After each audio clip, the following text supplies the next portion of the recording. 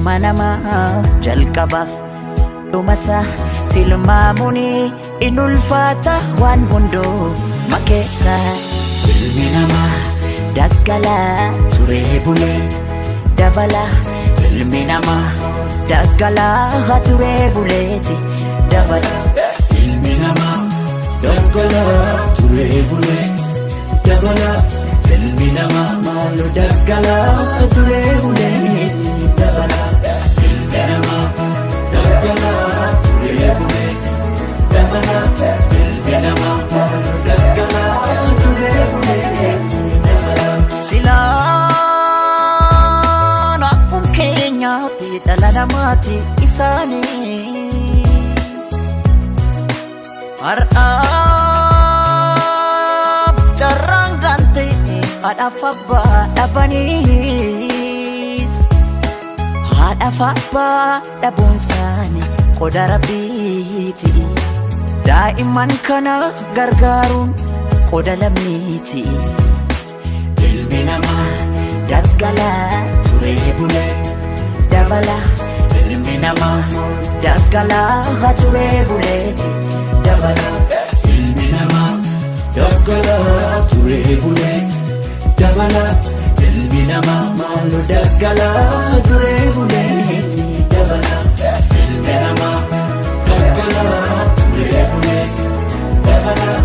Ilmi namaa maaloo daggalaa turee buleeti dabala. Daa'imman har'aa warra abdiin eegaree jiruu gadadootiin kophaa isaanii falmu.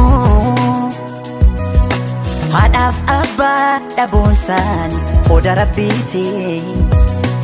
Daa'imman kana gargaaru qoda lammiiti. Irra ilma namaa jalqabaaf dhumasa tilmaamuun in ulfaata waan hundoo makeessa. Ilmi namaa Daggalaa turee buleet dabala.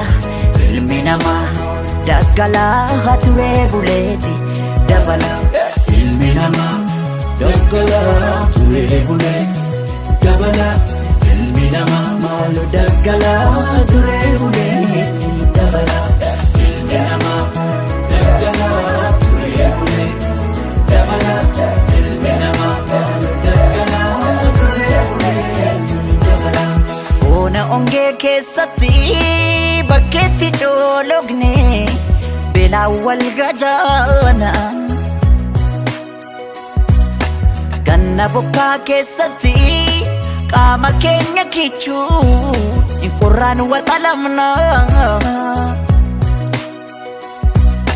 Masliifataane otoon jaalatin kunoonuma jirra kunoonuma jirra jiruu gadadooti.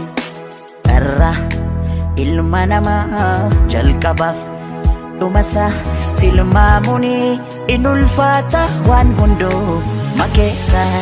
Ilmi namaa Daggalaa turee buleet dabala.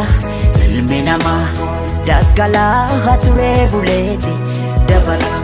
ilmi namaa daggalaa turee buleet dabala. Ilmi namaa maaloo daggalaa turee buleeti dabala.